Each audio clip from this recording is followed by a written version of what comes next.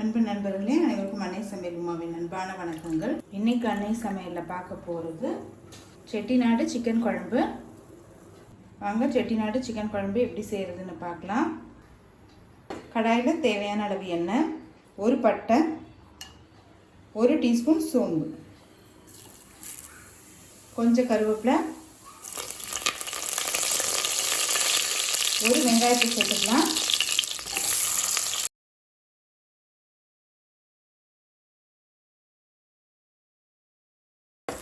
வெங்காயம் நல்லா வதங்கிடுச்சுங்க. ஒரு டீஸ்பூன் இஞ்சி பூண்டு விழுது,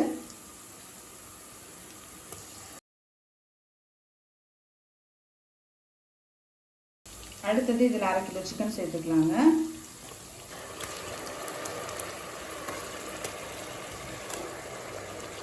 தேவையான அளவு உப்பு,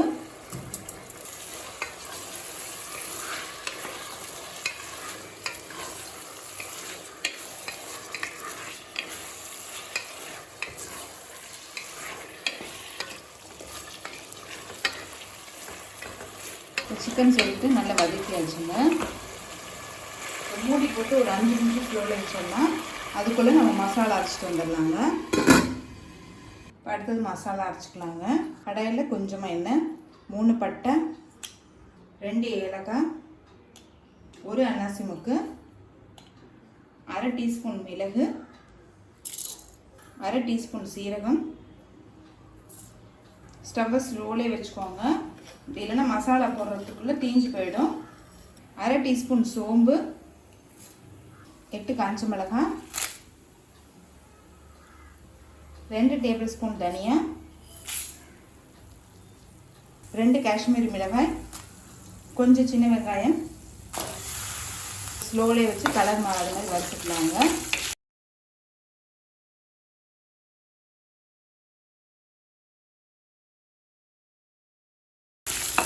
தனியாக கொஞ்சம் அதிகமாகவே போட்டுக்கோங்க, அப்போ தான் குழம்பு நல்லா திக்காக வருங்க. விருப்பப்பட்டீங்கன்னா சின்ன வெங்காயத்துக்கு பதில் நீங்கள் பெரிய வெங்காயம் போட்டுக்கலாங்க. சின்ன வெங்காயம் போட்டு குழம்பு பண்ணிங்கன்னா டேஸ்ட் ரொம்பவே நல்லாயிருக்கும்.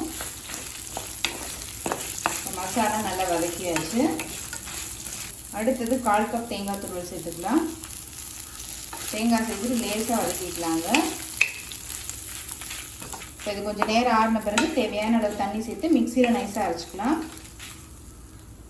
இப்போ 5 நிமிஷம் ஆகிடுச்சு. சிக்கன்லேருந்து பாருங்கள் நல்லா தண்ணி விட்டுருக்கு.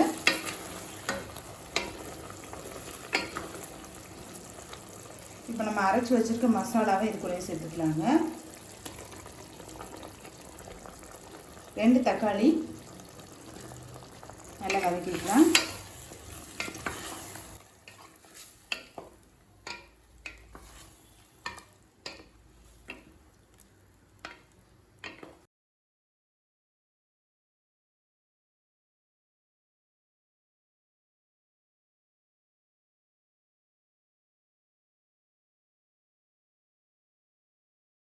இப்போ 1 கப் தண்ணி சேர்த்துக்கலாங்க.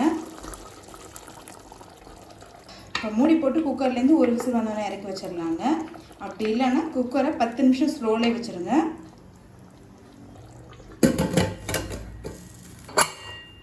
குக்கர்லேருந்து ஒரு விசில் வந்துருச்சுங்க.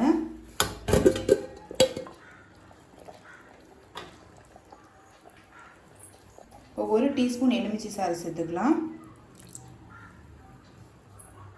கொஞ்சம் கொத்தமல்லி. சிக்கன் பாருங்கள் நல்லாவே வெந்திருக்கு.